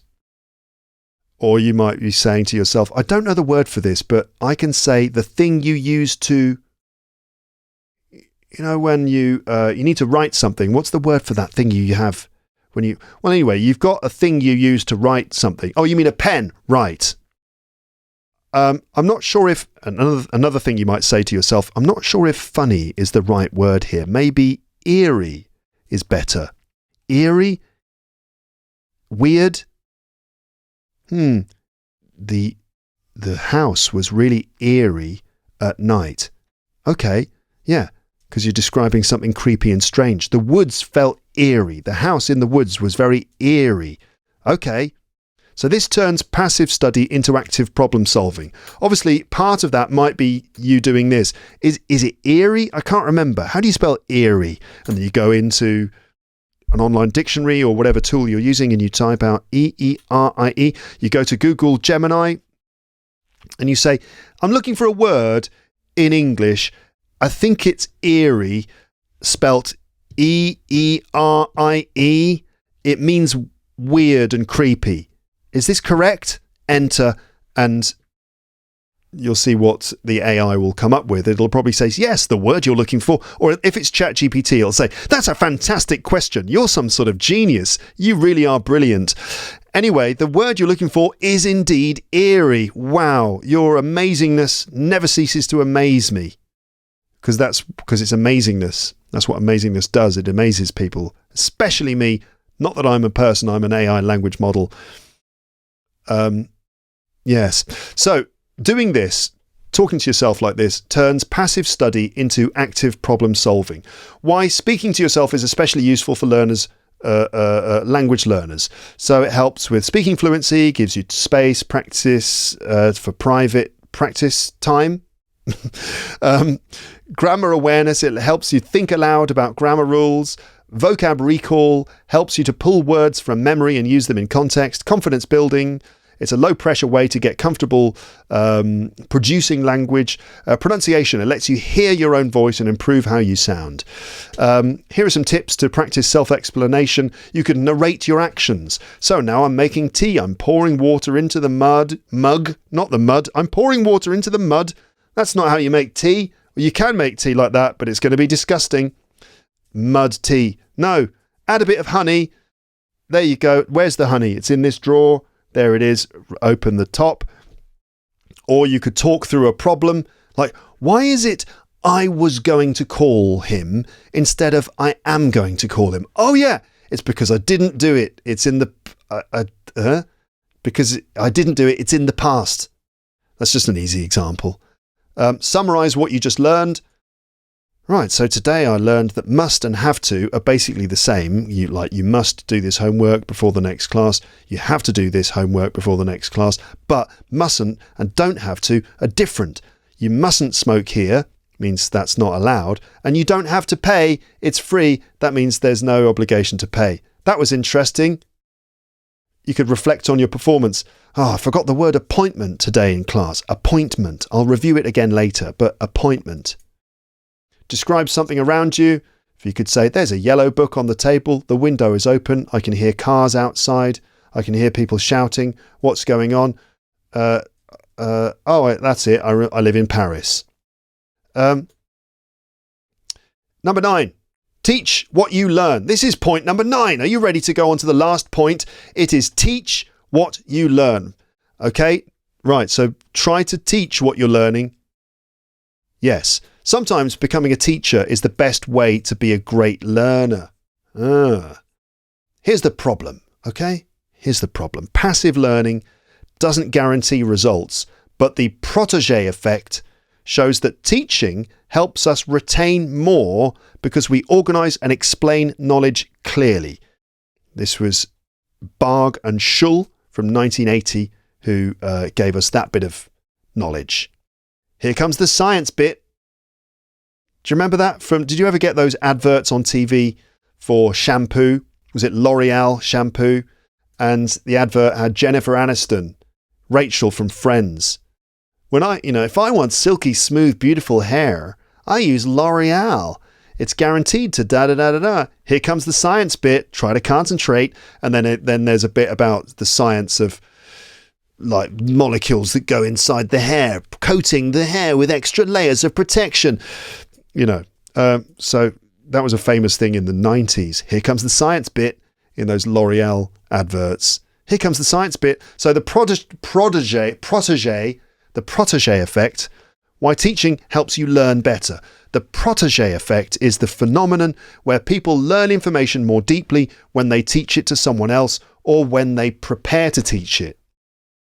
Even if no one is actually listening, the act of explaining forces the brain to organise thoughts, clarify understanding, fill knowledge gaps, use memory actively. The name comes from the idea of having a protégé. That is someone who you mentor, like someone who is learning from you, a younger person often, or a person who is not as knowledgeable or experienced or qualified in a subject. So you take them, you become their mentor, and they are your protégé, and you teach them. When you take on the role of teacher, even temporarily, you shift from passive to active learning. So Barg and Schull in 1980, in their foundational study, Barg and Schull explored how the intention to teach changes how we process information. Here are the key findings. Participants who expected to teach a topic learned it more thoroughly than those who only expected to be tested on it.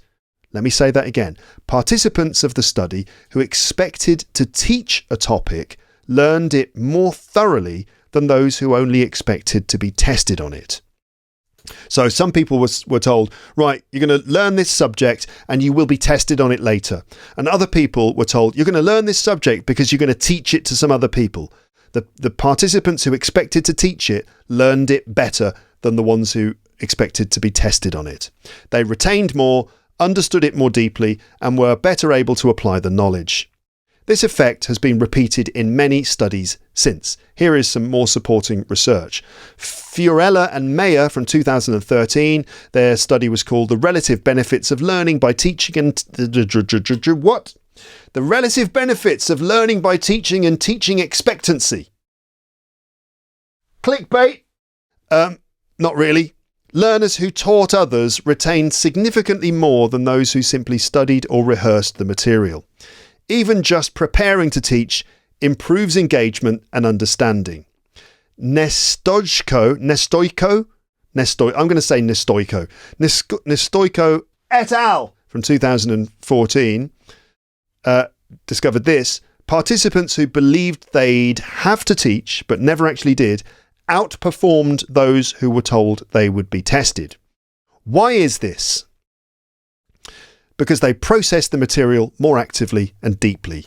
Nestoiko said this: preparing to teach may instill a sense of responsibility, which in turn increases motivation and cognitive engagement. So what happens in the brain? What happens in your brain when you teach? Well, you access long-term memory. You use retrieval pathways. These are ways of pulling out information from your brain, things that you know. So this is recall or retrieval of information that's already stored in your brain. This is an essential part of remembering things long term. Practicing that recall. You strengthen connections between ideas. You engage both linguistic and metacognitive skills. Those are language skills. That's linguistic skills, language skills, but also metacognitive skills. These are skills that involve thinking about your thinking and language use.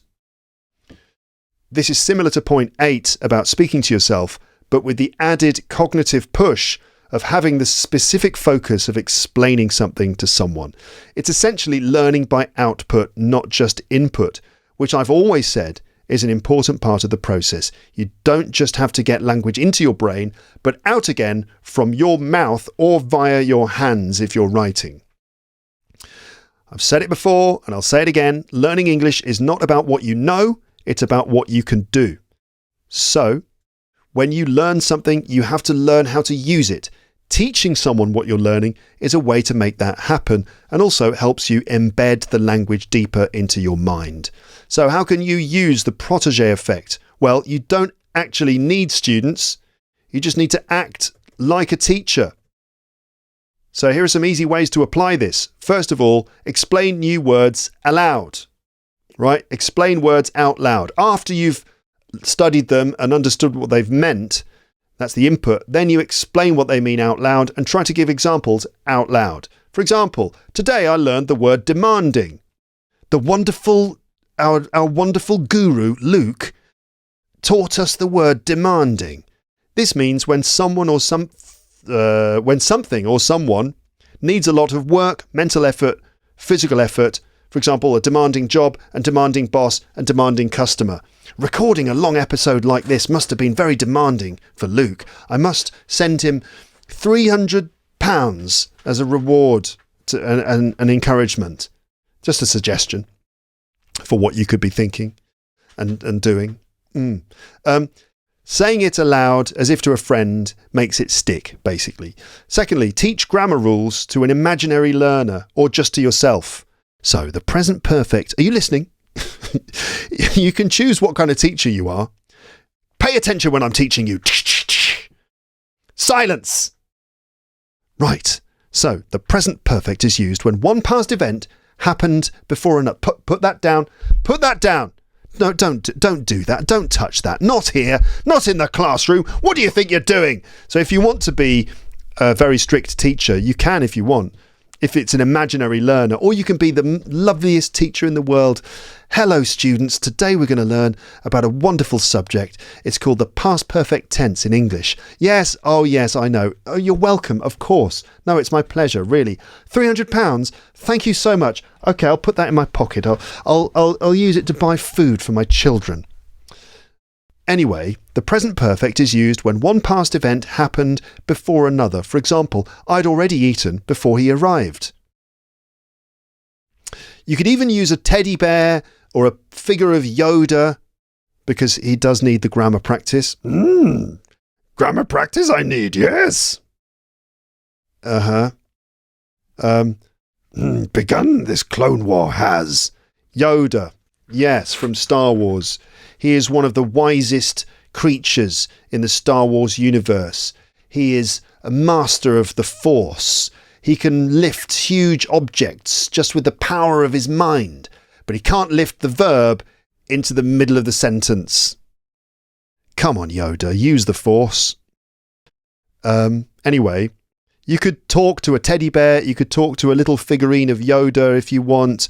You could talk to a volleyball with a face painted on it that you could name Wilson if you like. It doesn't really matter, but you can just use this as your imaginary student and explain things to them. Thirdly, record a voice message explaining what you learned. You could record that for yourself. Here's another message for my future self. Or you could imagine that you're living in some sort of you're living in a what's the word for it? An apocalyptic world. I mean, we kind of are anyway. But you could imagine, you could say, recording on a dictaphone, notes for the future, the notes for the future, the trajectory of the human race isn't looking great. But here are some notes about the grammar that I've been learning.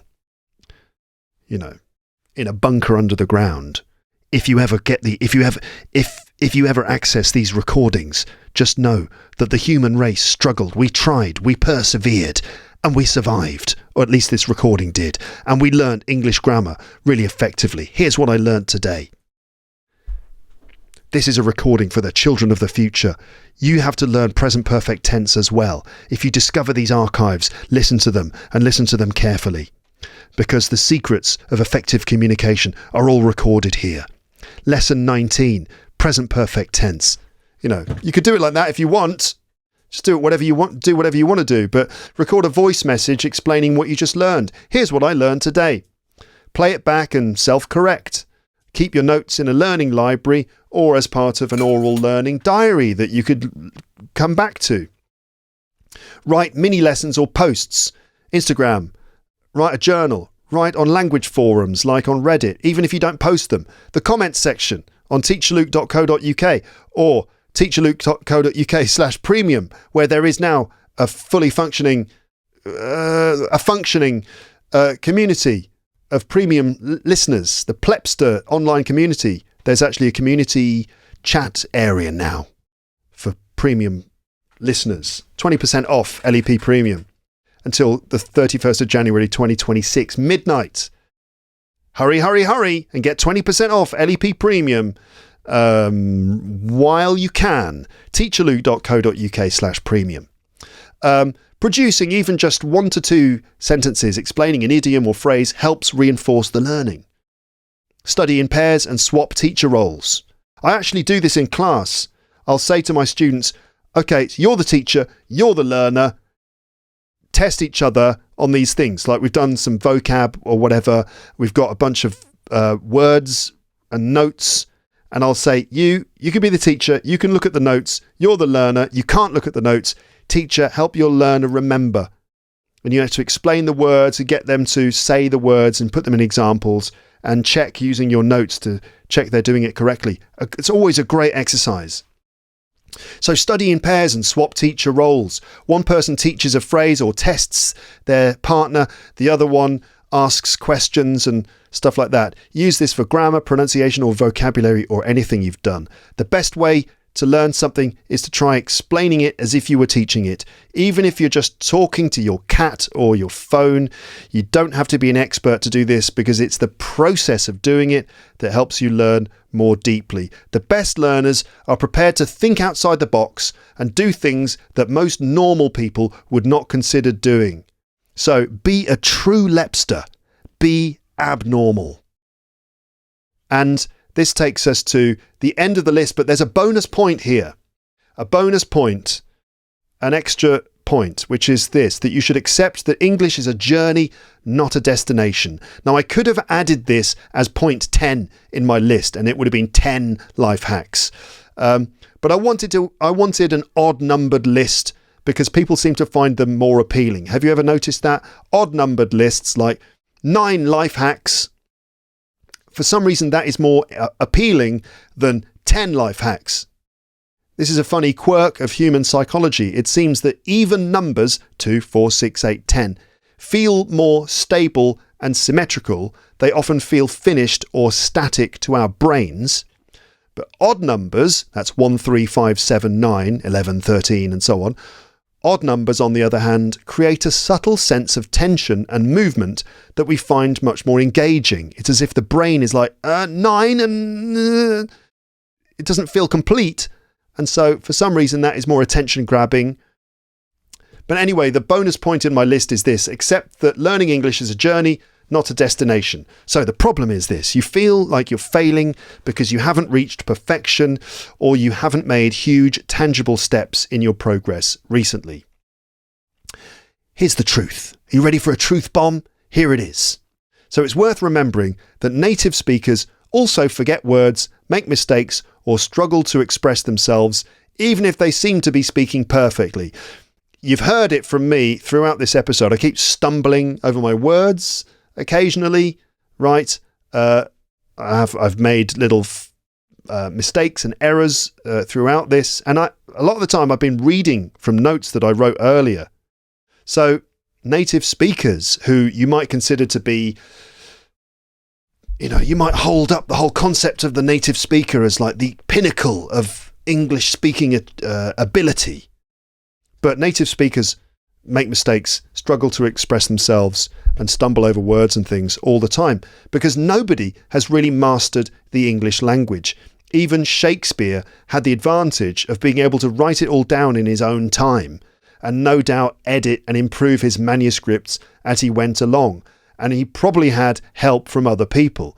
Stand-up comedians who you might watch on Netflix or on stage or something. Stand-up comedians like Ricky Gervais, who appear to be flawlessly fluent and funny on stage, are not doing it spontaneously. They've said those exact sentences over and over again. Nobody is able to speak flawlessly with perfect fluency. We all stumble. We all make false starts. We all say when we're thinking, and we all communicate badly at times. So don't expect to completely avoid those things as a learner of English. Or don't consider those things to be bigger problems than just a normal level of human error. You should accept those things. Fluency can be a messy process. That is okay. Be careful not to set standards for yourself which are so high that you're setting yourself up for disappointment because you don't stand much chance of achieving them. That goes back to points I made earlier about 1% marginal gains are perhaps more powerful than trying to make huge steps which are less realistic. Also, we often make progress without realizing it, especially when we reach the intermediate plateau.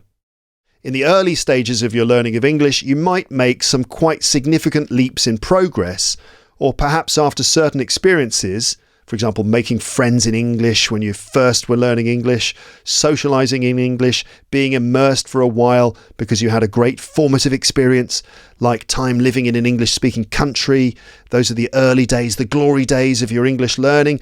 And these experiences cause us to experience a leap in our progress. And then after that, in the years following that, we feel we are not making similar leaps or steps forward. We always look back at that special time when we made big progress, and we judge our future or current language learning by that standard.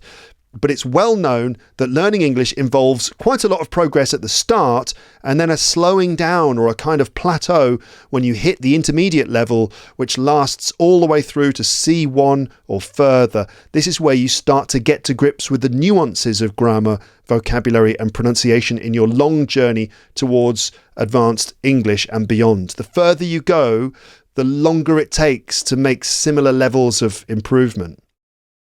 So try not to judge your current progress on how you perceive your English journey in the past, unless, of course, you're feeling really positive about how you are better now than you were before. There's nothing wrong with feeling good about that. But beware of comparing your current rate of progress to times in the past when your rate of progress was faster. Am I explaining myself here or just rambling? The point is, it is about the journey and not the destination. Just like when you are traveling somewhere by car and the journey is 5 hours long, if you keep checking the clock, keep checking the navigation map to see how long is left, it will feel like the journey is going incredibly slowly, and this is not the point. Just ignore the clock. ignore the progress bar and live in the moment. Enjoy what you're doing now. Look out of the window and enjoy the view, or just enjoy whatever interaction with English you are having right now. If you're spending time with English, listening to it, absorbing it, using it, practicing it, then these things will be having an impact under the surface, and it's a matter of continuing almost with a sense of blind faith, just being patient and persevering. Your English will bear fruit eventually. Remember, it's about the trajectory you're on now, not the results you're getting now. The science behind accepting that English is a journey, not a destination. So we talk about growth mindset. Have you heard about the growth mindset theory? Carol Dweck from Stanford University is the leading researcher behind the concept of mindset in learning. Learners with a fixed mindset believe that ability is something you're born with. Right? The idea that you're either good at languages or you're not good at languages. So when you look at others and you consider them just to be better than you, you might conclude that they were just born with it. They have a certain special something that you do not have. They were born with it, but you were not, and that is that. Now that's an example of a fixed mindset. Learners with a growth mindset understand that ability develops through effort, mistakes, and persistence. A key finding of Dweck's research is that students who believe that progress takes time and effort perform better, handle failure more constructively, and stick with difficult tasks longer. So if you believe that progress takes time and effort, you will basically handle the journey better. This is the source, Dweck, 2006, Mindset, The New Psychology of Success. That's the source for that information. I bet also that students who don't compare themselves to others too much also persist and make better progress long term. Essentially, just ignore the progress of others. Just focus on yourself and enjoy the ride. So how this applies to English learning: accepting that fluency takes time will help you stay motivated even when progress is slow. You think to yourself, well, it's all right. It's a long journey and I'm here to enjoy the ride. It encourages you to see mistakes as part of learning, not signs of failure. I think it could also support the idea that everyone has their own path and that you are on yours and other people are on theirs, and therefore you shouldn't really judge yourself against the success of other people. They are on different paths to you. Just do you. Also, don't be too quick to judge other people, point out their mistakes, or generally criticise other people's level of English. Obviously, Lepsters, you would never do this, because that's just not very nice, and I don't think it helps you improve your English. Like commenting or pointing out the flaws of other people and their English errors, or focusing on that too much and being bothered by it, that makes zero impact on your own English progress. Plus, hatred is the path to the dark side. That's what Yoda said anyway. Although he said what? Fear leads to anger. Anger leads to hatred. Hatred leads to suffering. Somehow got the verb in the right place in that one.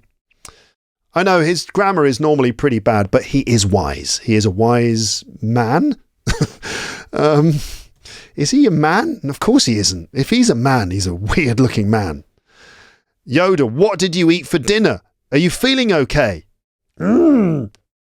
Food poisoning I have, yes. You do look a bit green around the gills.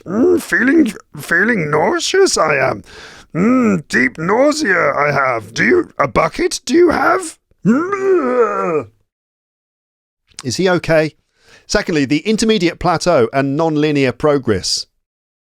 This episode will end eventually. I promise. But again, it's about the journey, isn't it? Not the destination. The intermediate plateau and non-linear progress. Language learning doesn't happen in a straight line. Many learners experience what's called the intermediate plateau, I've mentioned it, where early gains are fast but later improvement feels slow or invisible. Research from applied linguistics and second language acquisition shows that fluency develops gradually and unevenly.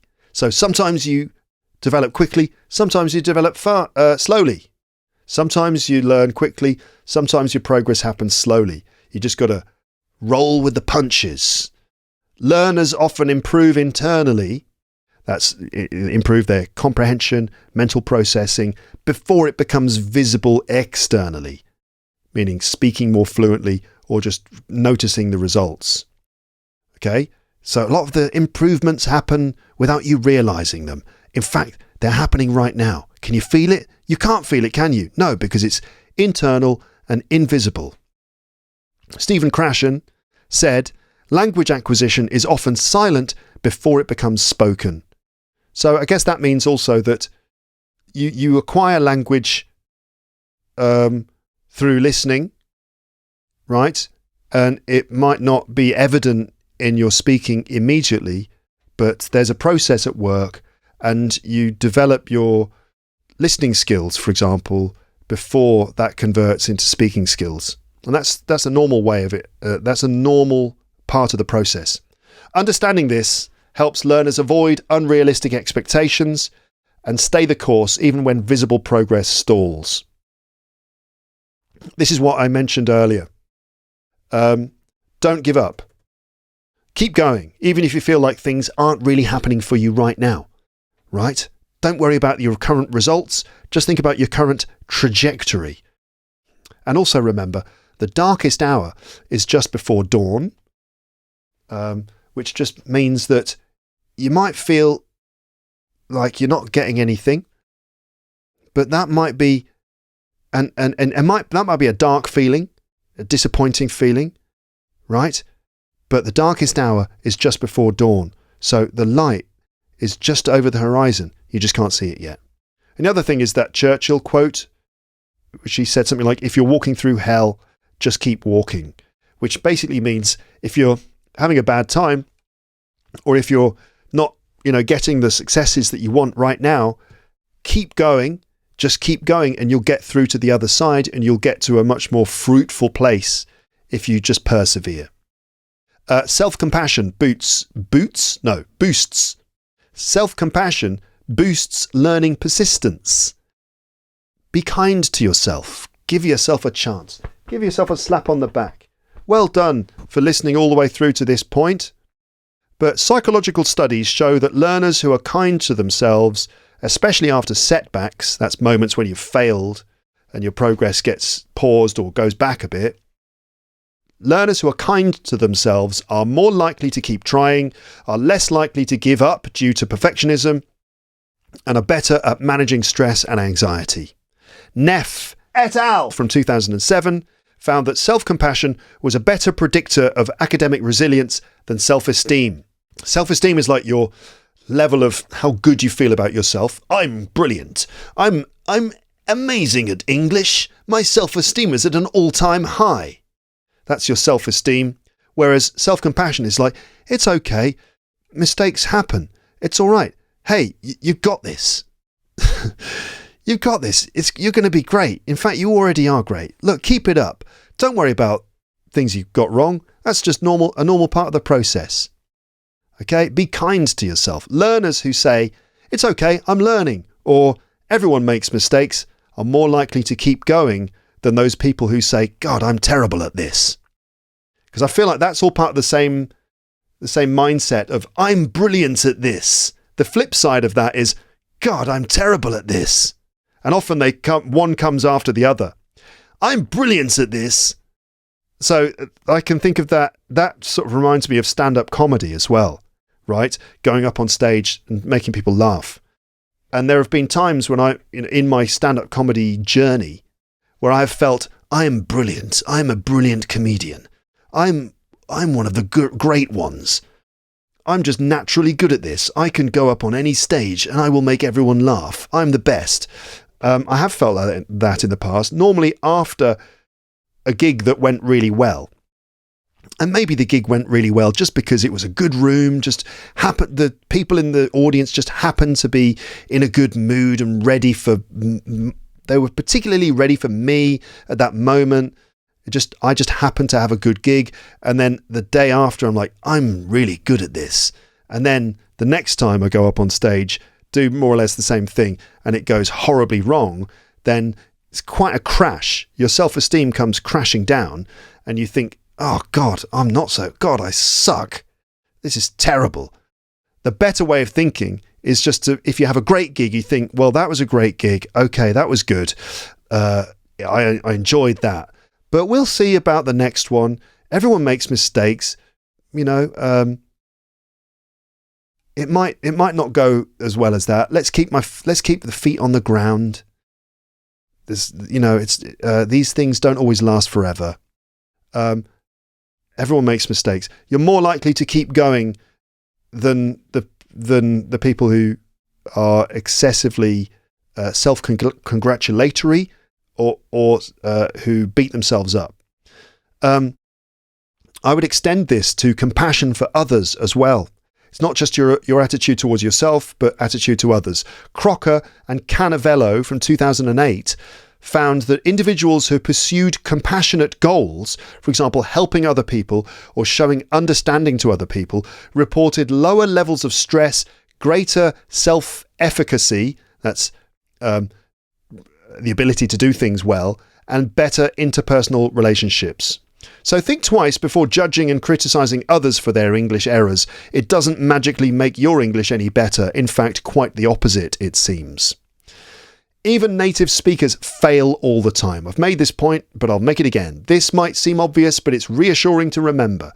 Native speakers forget words, use incorrect grammar, struggle to express complex ideas, make ums, hesitations, and weird sentence constructions daily. Native speaker is not a language level. There are plenty of native speakers who would get poor results in the IELTS test. Now, this isn't just to make you feel better about yourself by reminding you that native speakers can be idiots too, but rather to make you reconsider your standards for being good at English. Setting up some mythical idea of perfection is not healthy for you or anyone.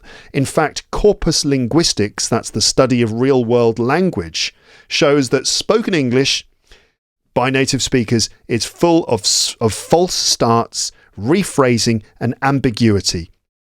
Most people use a limited core of vocabulary in daily life.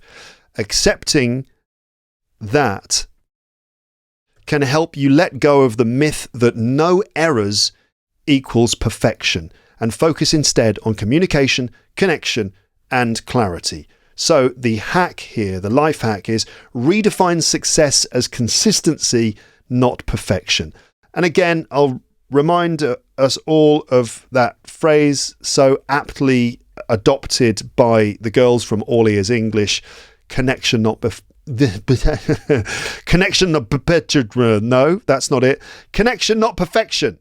Right? It is true. Connection, not perfection. It's a good mantra to remember. One phrase a day, one new insight a week, one step forward. Enjoy the journey. Try not to judge yourself by past successes.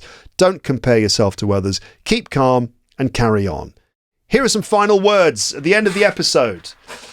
With the right strategies, it is possible to reduce stress, increase focus, and make real progress, even on those difficult days when you don't feel 100%.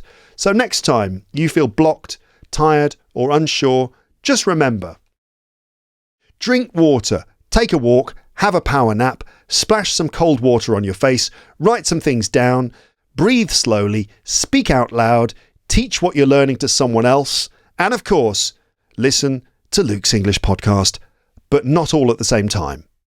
But really, enjoy the journey and aim for just 1% better than yesterday. Oh, and subscribe to Luke's English Podcast Premium, of course, 20% off until the 31st of January, midnight, your time, 2026.